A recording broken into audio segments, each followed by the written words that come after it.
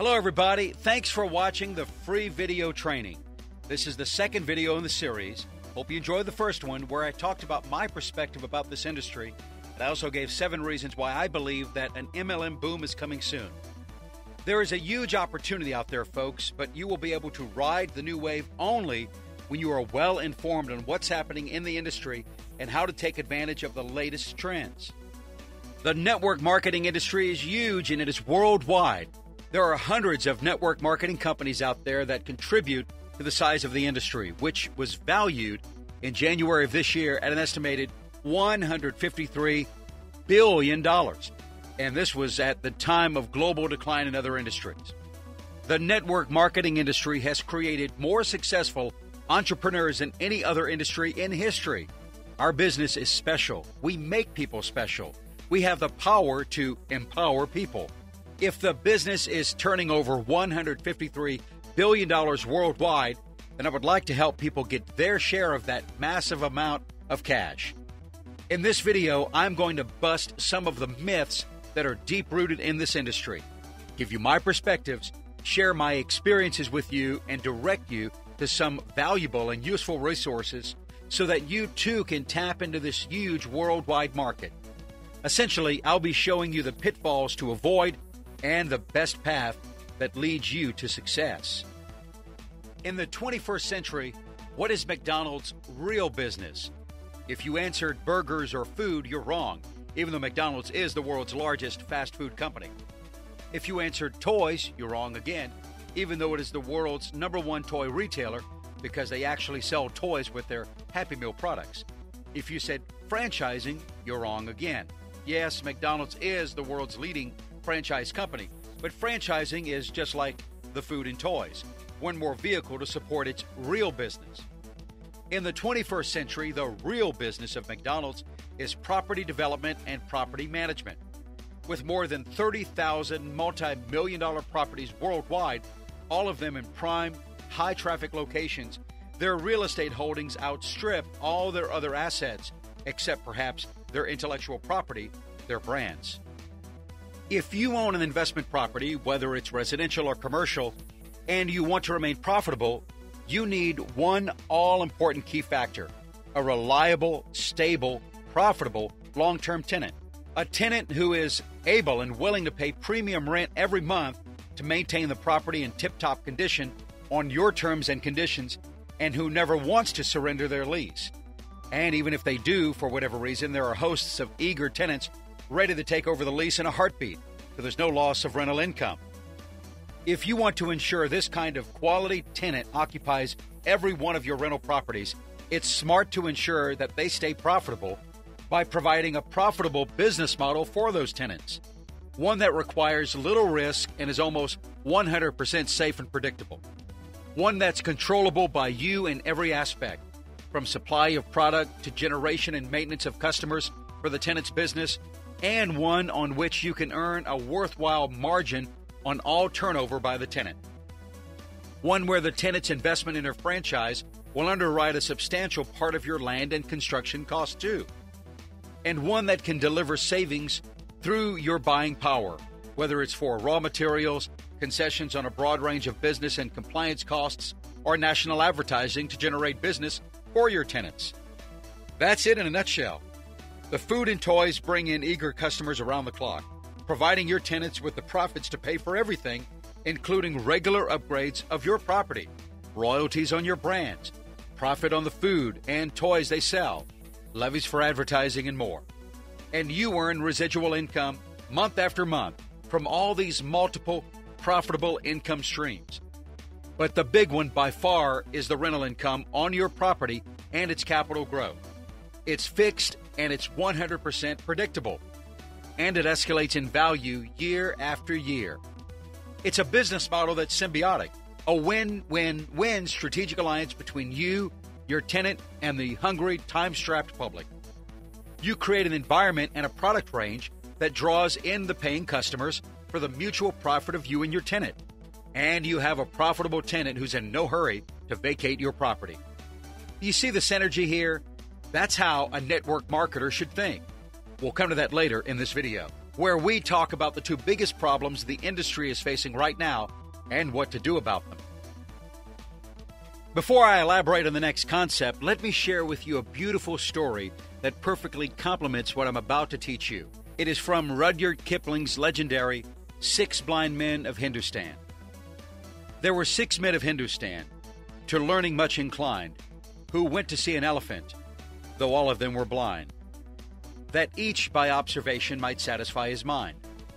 The first approached the elephant and happened to fall against its broad and sturdy side, at once began to bawl. This mystery of an elephant is very much like a wall. The second, feeling of the tusk, cried, "Oh, what we have here, so very round and smooth and sharp! To me it's mighty clear. This wonder of an elephant is very much like a spear." The third approached the elephant, and happening to take the squirming trunk within his hands, thus boldly said, "I see, the elephant is very much like a snake."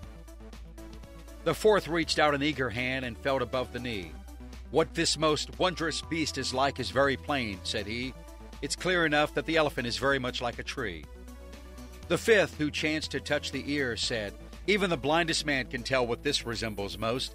Deny the fact who can, this marvel of an elephant is like a fan." The sixth no sooner had begun about the beast to grope than seizing on the swinging tail that fell within his scope. "I see," said he, "the elephant is very much like a rope." So 6 blind men of Hindustan disputed loud and long, each in his own opinion exceeding stiff and strong. Though each was partly in the right, they all were in the wrong. That, ladies and gentlemen, is the situation of most people in the network marketing industry today. Everyone and their dog has an opinion, but most of them are wrong. I have seen scores of people just jumping on the next big opportunity because someone told them, and then they fail miserably because they did not bother about due diligence. In simple words, due diligence is a way to figure out whether the presented business opportunity is right for you. Over the years, I have developed a series of tests and checklists to analyze network marketing companies and their products to determine whether they are suitable for my members. That's exactly what we do at TeamVen.com, my flagship company. I will tell you more about this in the next video. Right now, just be aware that one of the biggest obstacles in the industry, due diligence, can be left to the experts in the industry to take care. I'll reveal how in the next video in the series. To help you figure out the best way to succeed in network marketing, I would like to draw your attention to a model of learning developed by John Council, founder and CEO of the Profit Clinic. First, here's the traditional model. This picture traces a typical career path in most societies. Understanding this model highlights both the similarities and differences between internet marketing and conventional businesses.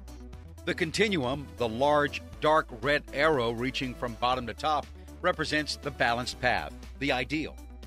Like so many concepts, it's a nice theory, but it rarely happens quite like this in real life.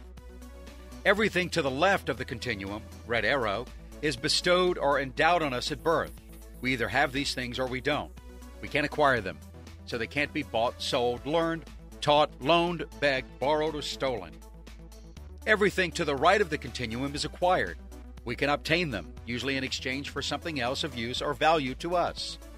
Each of us has various resources that we use in our lives to go from dependence to freedom. We begin life totally dependent on others for everything. We have no money or possessions of our own. Knowledge, attitudes, and skills are virtually non-existent. We have gifts, talents, and abilities, but they're as yet identified and undeveloped. We also have plenty of time. Our other resources are all undeveloped. During the first 20 years or so of our lives, we use our abundance of time and other people's money, usually our parents, to acquire knowledge, attitudes, and skills, and to identify and develop our gifts, talents, and abilities. Stage 1 of the process is called learning. It takes many forms, from formal schooling to practical experience. This stage is represented by dotted line 1 on the chart. By the time we complete our education, whether it's with a formal qualification such as a degree, diploma, trade certificate, apprenticeship, or other career preparation, we're usually in our late teens or early 20s. We now have the knowledge, attitudes, and skills needed to be independent. We have strengths. We've enhanced all these resources with our natural gifts, talents, and abilities too. and we formed a network of relationships. This is often the time when we begin choosing our life partners. This is the classic business success story. Congratulations, but is it true success? Look at what's really happened. You're now working 80 to 100 hours a week. You have no time anymore. Your physical health has deteriorated. You're stressed. You drink and you smoke too much, trying to relieve the tension. It doesn't work because you're only dealing with the symptoms. You have trouble sleeping. You succumb easily to any illness that comes along. You're constantly irritable, frustrated, and miserable. You're about ready for a major midlife crisis. Your memory begins to deteriorate and your ability to think creatively is impaired. Executive burnout is looming. Your business practices begin to nag at you. Your ethics and integrity are pretty thin. So your self-esteem wanes dramatically. Doing the right things for the wrong reasons or the wrong things for the right reasons. The end justifies the means. Somehow doesn't seem so clever anymore. Besides, deceit requires a good memory, and yours is far from reliable. So you find yourself caught more and more in your own web of lies and half-truths. Your relationships, especially family relationships, are looking decidedly shaky. You may have already grown so far apart that the only common ground between you and your partner is the children, whom you don't really know either. At the office, your colleagues fear you or plot against you. Your competitors are ready to shaft you at any time, and there's no one you can really trust. You still have your possessions, unless you've been lost in a messy, traumatic divorce settlement, but they give you little joy. You still have leverage, although you may have abused or wasted your gift, talents, and abilities over the years, and your knowledge and skills have focused more and more on less and less as you become increasingly specialized in your roles. Your attitudes aren't too healthy either, but you do have money, lots of it. Unless, like your possessions, you've lost most of it through marriage breakup. But all isn't necessarily lost. If we can accept the reality of our situation and accept responsibility for our own plight, such a positive attitude can help us retrieve some semblance of balance. We now enter stage 3 of the process, yearning. By wise use of our money and experience, we can find and train people with the time, knowledge, attitudes, skills, gifts, talents, and abilities, and the need for more money to whom we can delegate some of our roles and responsibilities. When they prove their reliability, we can give them greater control over the enterprise, while still retaining ultimate control ourselves. If our attitude is right and we've learned from our own disastrous experiences, we can install safeguards to prevent a repeat of our own follies in our key people. By making them effectively independent operators and allowing them to interact with ourselves and their colleagues in synergistic fashion, focusing them on solutions and creating results, we have achieved true interdependence. When we function in this kind of relationship, based on personal integrity and mutual trust and respect, we achieve that fine balance where we have control over our time, our money, our relationships, our health, and all other resources. When we've achieved this degree of personal control and balance, we're truly free. Unfortunately, this rarely happens in the real world, or else it happens so late in our lives that we're left with few remaining days, poor physical health, and perhaps no partner with whom to enjoy it. We call this stage the booby prize, burning and churning. Wouldn't it be wonderful if we could achieve this kind of balance, this degree of control over all of our resources much earlier, without having to go through all the heartache and frustration of the traditional career path? Imagine what it would be like if we could sever all connection between our time and our money and complete the process in a fraction of the time. When we know the right things to do and the right reasons for doing them, we can. The really exciting thing is that you can secure this kind of freedom within a year or two, providing you can find and retain the right perspectives on the most advanced, sophisticated, different system of business ever to evolve.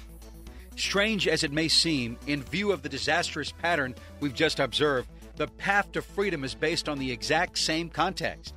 But as we examine it from another perspective, be careful not to miss the essential differences because you're distracted by superficial similarities. There's a world of difference in the approach and the outcomes. The same 4 stages of the path apply. 1. Dependence. 2. Independence. 3. Interdependence. 4. Freedom.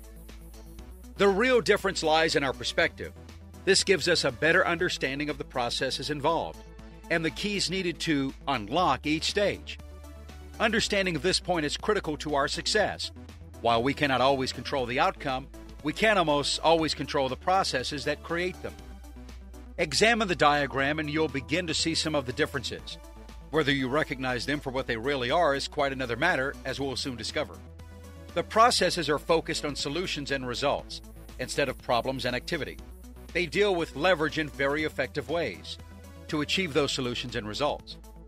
They're based on cooperation rather than competition, so they produce more positive attitudes and exponentially greater accomplishments. Like the career path, we start from the same point, dependence. Dependent people have very little to offer in a way of resources. They haven't yet acquired or developed them. This brings us to another critical perspective and another common mistake. We confuse value and usefulness. If we only value things for their usefulness, the human race is doomed to extinction, for the simple reason that dependent people have no useful qualities, strengths to offer us. For a start, that includes children, especially babies. Think about it. Of what real use is a newborn baby? They keep us up at night, they make noise, they make messes, they make work, they're endless trouble. Yet we value them, sometimes above life itself. Why? Because mostly we tend to get our priorities right when it comes to babies. We value them for themselves, not for what they can do for us. It's enough that they simply exist. It's just a pity that this attitude is due more to instinct rather than reason in so many people. Otherwise, child abuse and neglect would rarely occur. Even older children have little real usefulness when you think about it. Yet we still value them. Sadly, we tend to value our own children more than other people's children. And they soon reach the stage, usually the teenage years, where we begin to value them less and less. Why? Because they grow up. They become independent. That means they're less dependent on us. We have less control over them, and most of us find that threatening. So we begin to value people only when they are useful to us. What we lose sight of is the correct perspective.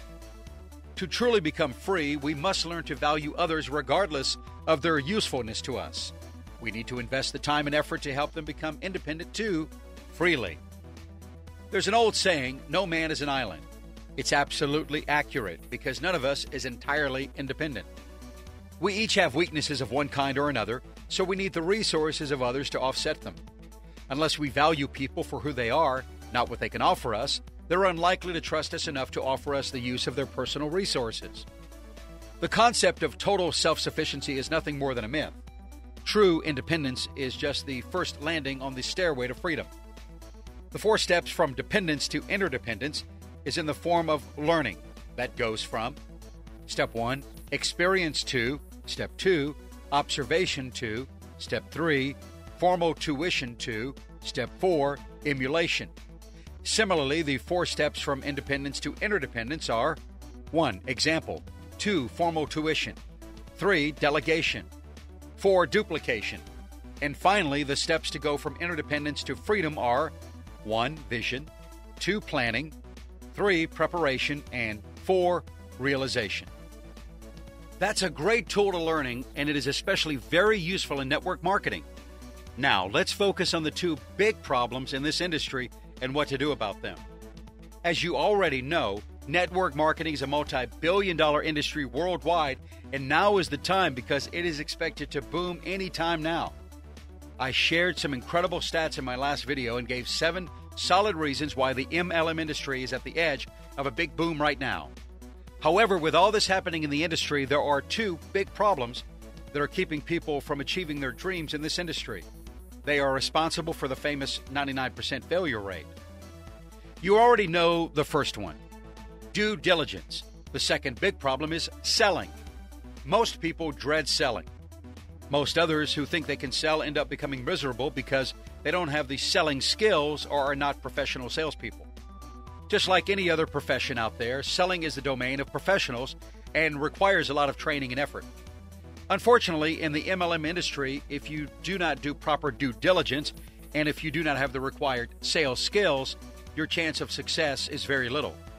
That's exactly the reason for the 99% failure rate, even with the best MLM opportunities and products.